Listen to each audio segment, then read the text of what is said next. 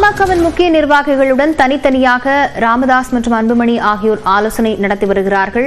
இது தொடர்பான விவரங்களுடன் செய்தியாளர் கோகுல் இணைந்திருக்கிறார். கோகுல், தற்போது பாமகவில் உட்கட்சி பூசல் ஏற்பட்டிருக்கக்கூடிய சூழல முக்கிய நிர்வாகிகள் மத்தியில் ஆலோசனை நடைபெற்று வருகிறது. என்னென்ன விஷயங்கள் குறித்து முக்கியமாக விவாதிக்கப்படலாம்? பாமகவுடைய முக்கிய நிர்வாகிகளுடைய ஆலோசனை கூட்டம் தனித்தனியாக இன்றைய தினம் நடைபெற இருக்கிறது. பாமக நிறுவனர் மருத்துவர் ராமதாஸ் முக்கிய நிர்வாகிகளை தைலாபுரம் தோட்டத்திற்கு ஒரு ஆலோசனை கூட்டத்தை நடத்துவதற்காக வர சொல்லியிருக்கிறார். அந்த அடிப்படையில வன்னியர் சங்க தலைவர் பூத்தா அருள்மொழி மற்றும் பாமகவுடைய கௌரவ தலைவர் ஜி.கே. மணி, சட்டமன்ற உறுப்பினர்கள் சேலம் அருள், வெங்கடேஸ்வரன், சிவா உள்ளிட்ட சட்டமன்ற உறுப்பினர்கள், பல முக்கிய நிர்வாகிகள் தைலாபுரம் தோட்டத்திற்கு சென்று கொண்டிருக்கிறார்கள். அங்கு மருத்துவர் ராமதாஸை சந்தித்து ஒரு ஆலோசனை கூட்டத்தை நடத்த இருக்கிறார்கள்.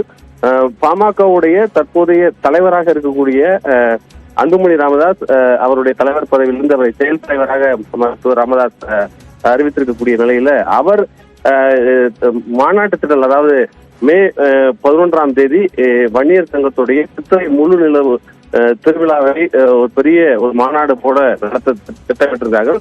அந்த மாநாட்டு திடலை பார்வையிடுவதற்காக அன்புமணி ராமதாஸ் இன்று பிற்பகல் அந்த இடத்திற்கு செல்ல இருக்கிறார். அங்கு தமிழகம் முழுவதும் பாமகவுடைய முக்கிய நிர்வாகிகள் வர வேண்டும் என்ற ஒரு அழைப்பு விடுக்கப்பட்டிருக்கிறது. பல முக்கிய நிர்வாகிகள் மாநாட்டு திடலுக்கு அன்புமணி ராமதாஸ் பார்வையிடும் போது அவரோடு இருந்து அங்கு ஒரு ஆலோசனை கூட்டத்தை நடத்துவதற்கு திட்டமிட்டிருக்கார்கள். தற்பொழுது பாமகவில் இருக்கக்கூடிய இந்த தலைவர் பதவிக்கான பிரச்சனையில இரண்டு முக்கிய தலைவர்களும் மருத்துவர் ராமதாஸும் அன்புமணி ராமதாஸும் தனித்தனியாக முக்கிய நிர்வாகிகளோடு ஆலோசனை நடத்துவது ஒரு முக்கியத்துவம் வாய்ந்ததாக பார்க்கப்படுகிறது. இந்த ஆலோசனைக்கு பின்னர் என்ன மாதிரியான அறிவுறுத்தலை மருத்துவர் ராமதாஸ் வழங்க இருக்கிறார், அதே போல அன்புமணி ராமதாஸுடைய அடுத்த கட்ட நகர்வுகள் செயல்பாடுகள் எப்படி இருக்க போகிறது என்ற முழு விவரமும் இன்றைய மாலை இந்த கூட்டத்திற்கு பின்னர் நமக்கு தெரிவதற்கான வாய்ப்பு இருக்கிறது. விவரங்களுக்கு நன்றி கோகுல்.